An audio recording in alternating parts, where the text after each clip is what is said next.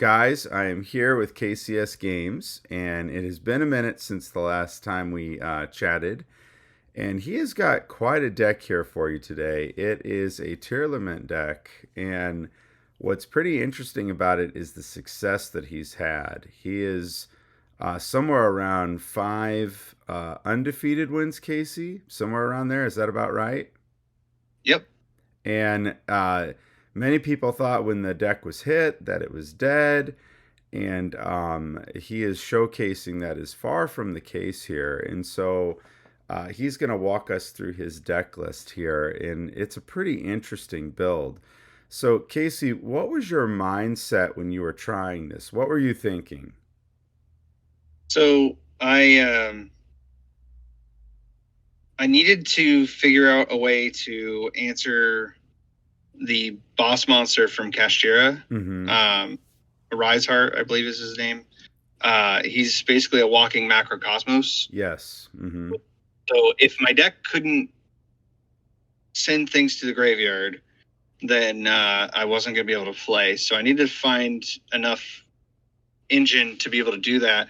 But I also needed to be able to mill, and it's hard to do everything into one kind of deck like this. And for whatever reason, this has been it. This has been the combination that's been working for me.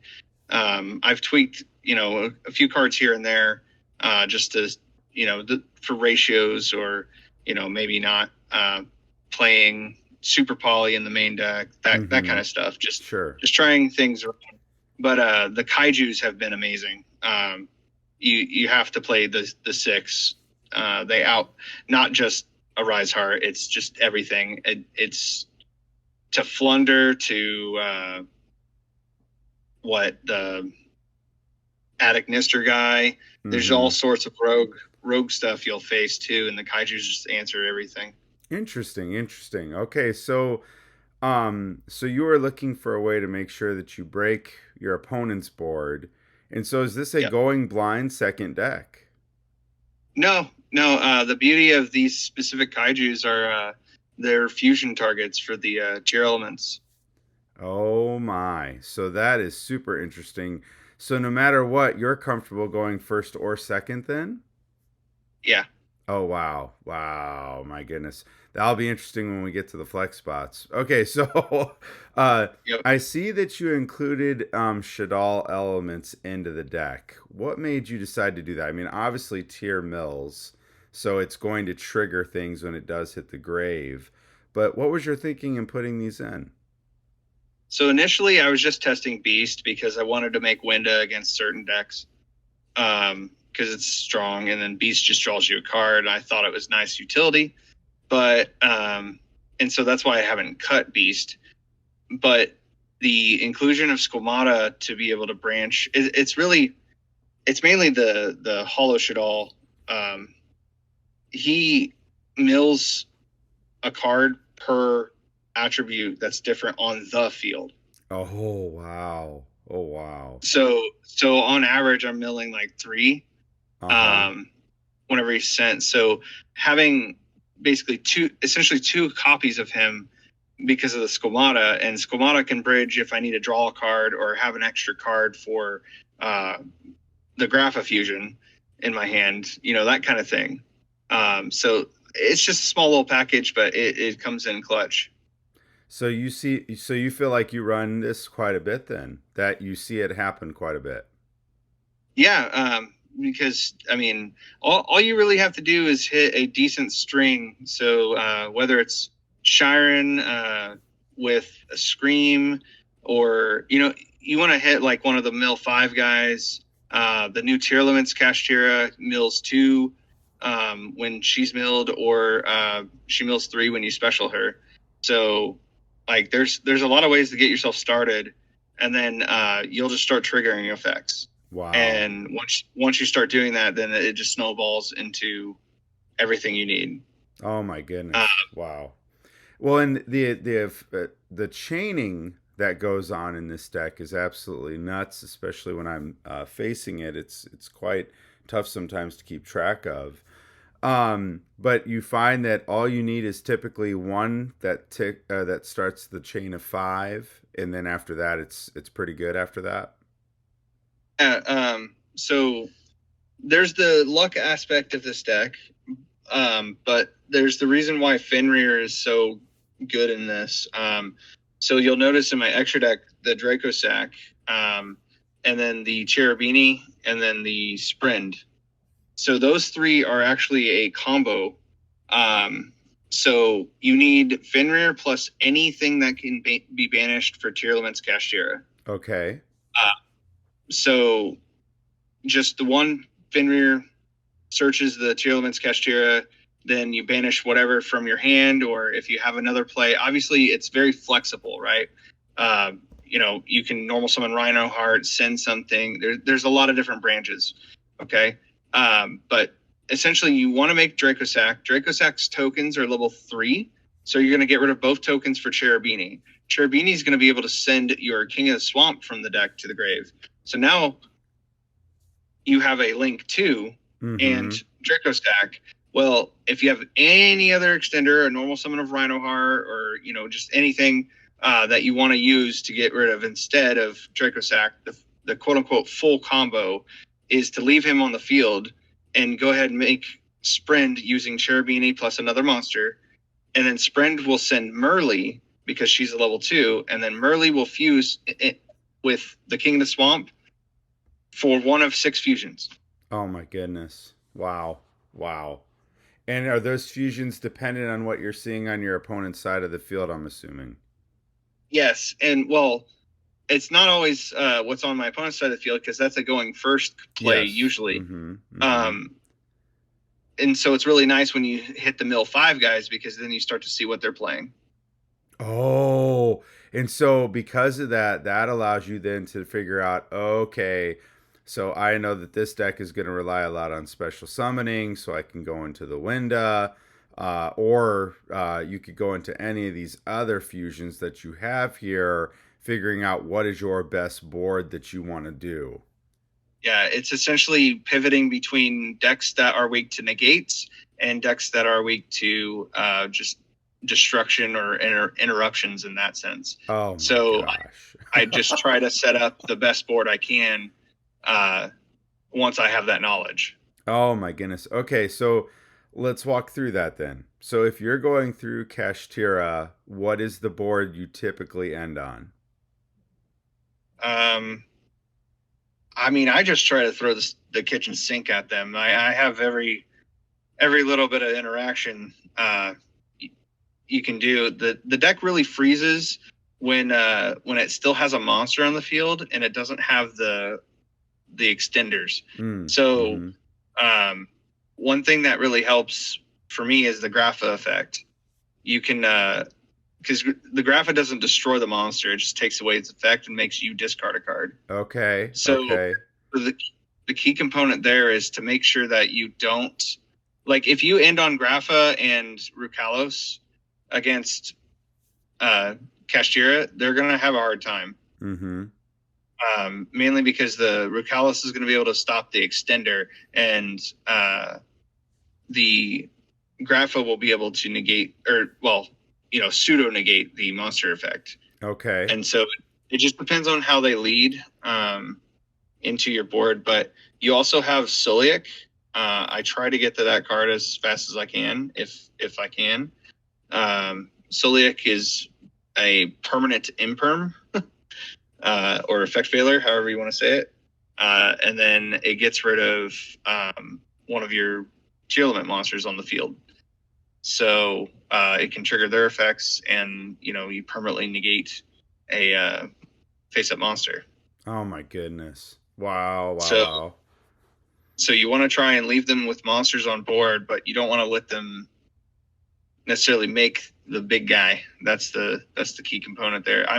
My deck's better going second, believe it or not, against Kashtira. Oh, I can believe that. Based on what I'm looking at here, that makes complete sense to me.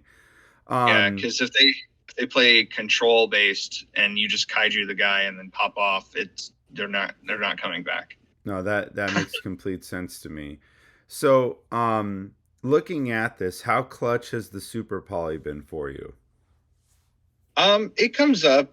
It's been mainly rogue matches. Funny Mm-hmm. enough, that they've been helping with. Most of the current format. I mean, it helps against branded. That's kind of Mm-hmm. why I wanted it. I just wanted something different, so that I can make big pushes.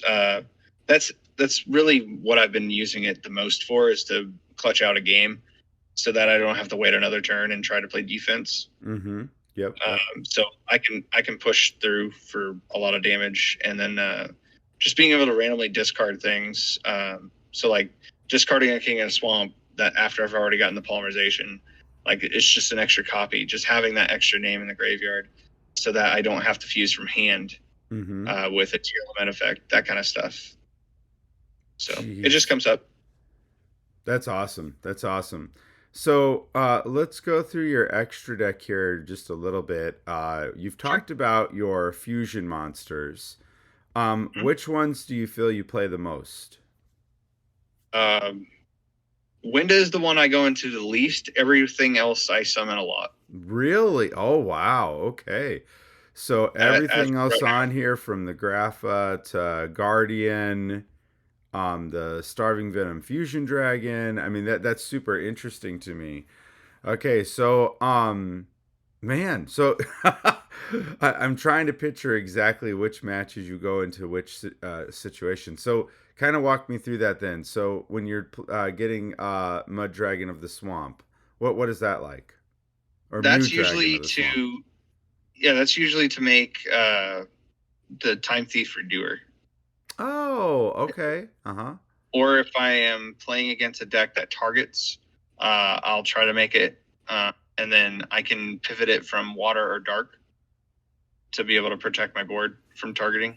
Nice, nice. I like that. Very, very nice. The Predaplant monster. It's really good against Kashtira as well. I That's my third fusion I make if I get a chance. Um, that one can its effect negation obviously is important, Mm-hmm. but it makes it level 1, so they can't even use it to overlay with. Nice, nice, which is so important. But it's obviously it's super strong against all sorts of matchups. It's just nice to be able to recycle the Mud Dragon, or if they outed my Grapha, I could put it back in and then just Mm-hmm. remake it. Things like that. The only one you can't really remake, and I've debated bumping to 2, is the Kaleido Heart, Oh, really? but I haven't had a match where I was just like, because I've faced Kashtira and they've ripped it from my extra deck, and Oh, uh-huh. I still won those matches. Okay. So it's not really, see, they'll focus on a lot of the my entire extra deck's a bunch of one-ohs. So for Kashira to actually significantly rip things from there, they have to focus on you know certain things that hurt them. So if they're going first, they're probably not going to worry about Rukalos or Grapha, because they're already committing to the board. Mm-hmm. Um, but they're not going to think about that I'm on Kaiju's, so that I'm going to be able to out their guy, and then they have to reestablish. Well, if they don't rip those cards for me, I can prevent them from reestablishing.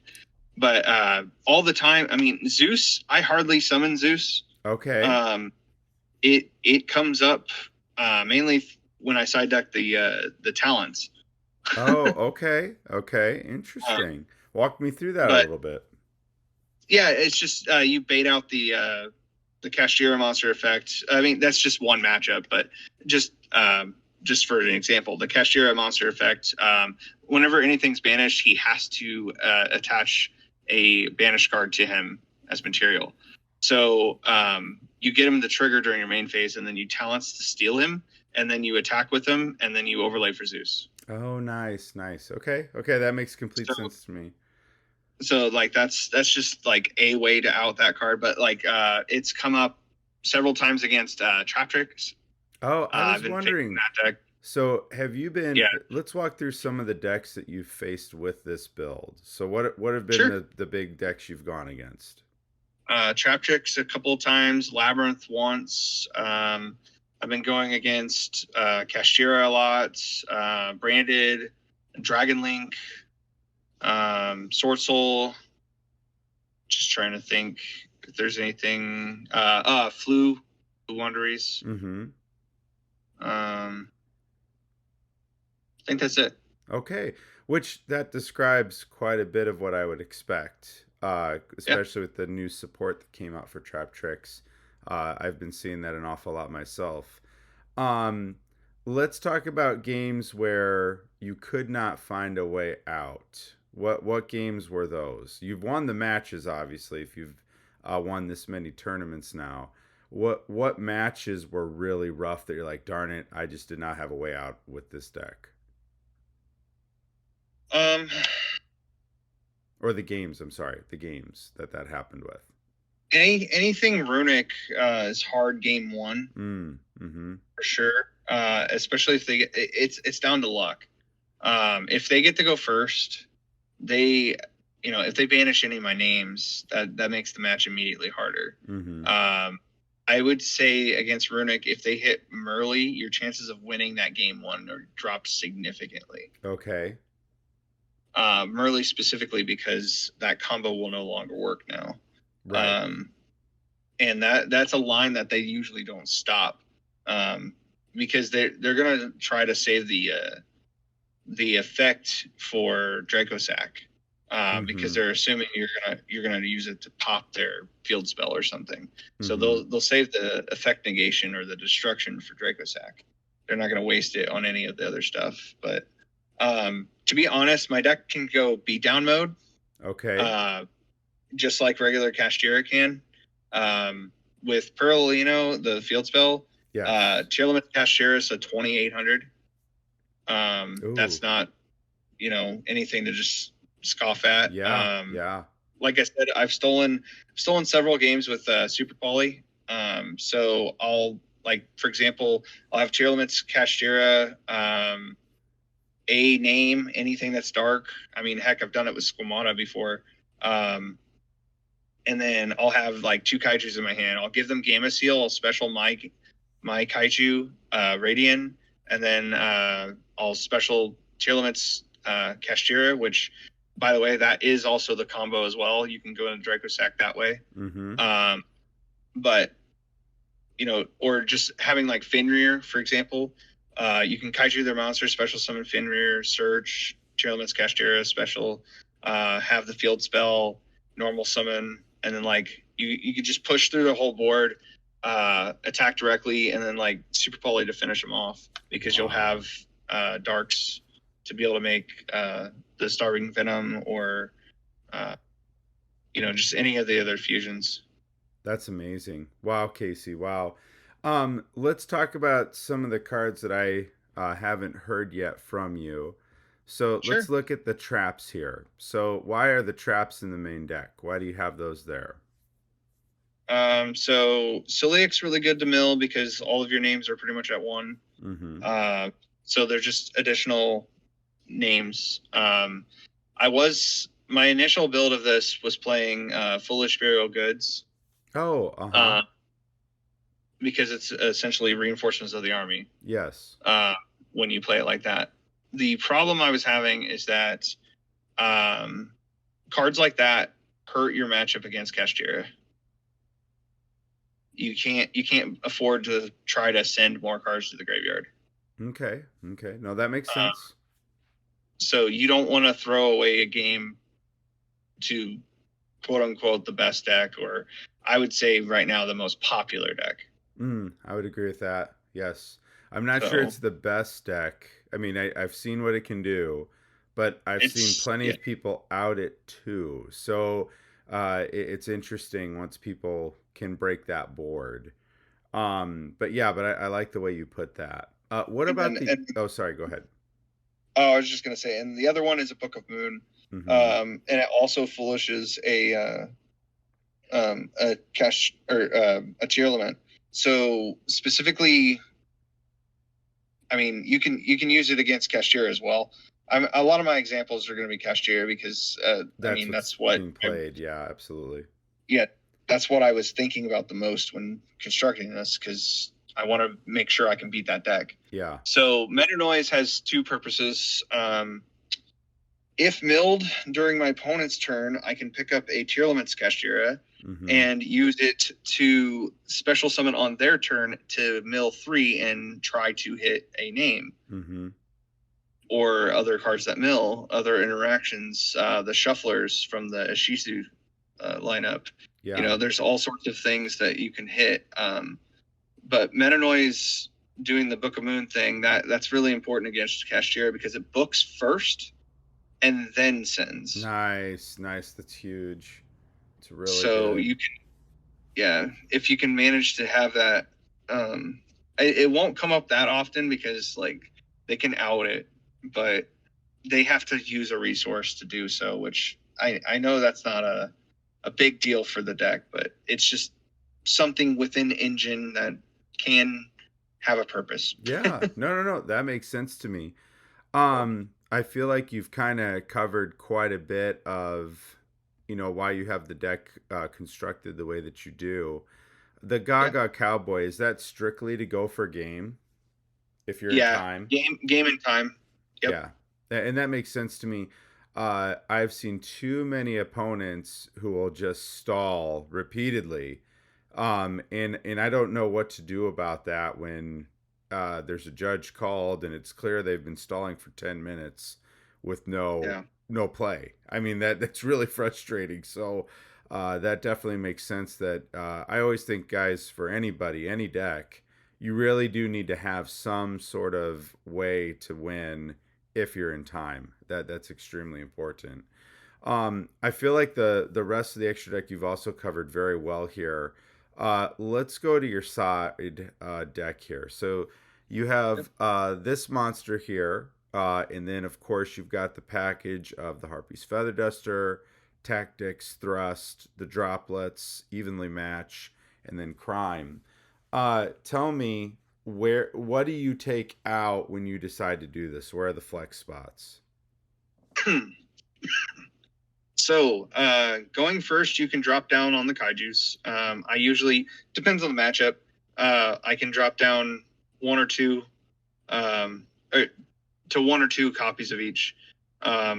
Or like sometimes it just depends on the matchup. So, if I feel like I'm going to need the dark attribute more, if I'm going to need Mud Dragon a lot in that matchup, then I'll play 2 of that in one Gamma Seal, or vice versa. Like, you always want a different name. You don't want to keep multiple of the same name. You want to keep a couple, mix it up there. So the Kaijus are flex spots. The Shufflers are, Medora. It's technically my 41st card. I side it out a lot. If the matchup doesn't need the Shufflers, the second Scream, I don't necessarily like it if I'm going second. I don't like it going into a board. The only way I will do it is if they have, if it's a board that has negates, because then you can chain block. Okay. Rhino Heart, you can cut down to 1. I do that against the Flu matchup because that is basically my only normal summon, and that way I don't trigger map. Yeah. Super Polys are flexible. It's not perfect against every matchup. And then the Kashtira matchup going second, I actually cut the Squamata and the Hell Shadal. I don't know how to say his name. Yeah. Sorry. Hollow. I cut both of those because you don't want to draw those. First of all, you need all your cards to be playable against Kashtira. And then the biggest part is if you did, if you're trying to mill, you're not going to want to mill those against Kashtira because everything's going to get banished anyway. So that's really what I cut them for. So those are all the quote unquote flex spots. I wouldn't cut anything else down. Interesting. So, how many cards are you typically taking out per match altogether then? 4 or 5. 4 or 5. Depends. Okay. Yeah, just depends on matchups and stuff. The Karakuri, or how do you say her name? Yeah, right. She's the newest addition. I was playing what is that card? Chaos Hunter. Yeah. I was playing Chaos Hunter, but I realized that Chaos Hunter does not do what I needed to do across the board like this card does. Mm-hmm. So this card I can even side in against Flu. Oh, wow. Okay. So it's any monster that used its effect on the field during that turn. Nice. That's the monsters I contribute for it. So, get them to use Ryza or Impen on my turn, and then I just drop that. And now it's huge. Yeah, absolutely. I was thinking that's going to completely wreck that deck at that point. So, like, a lot of people are away from droplets right now because of Kashtira. Mm-hmm.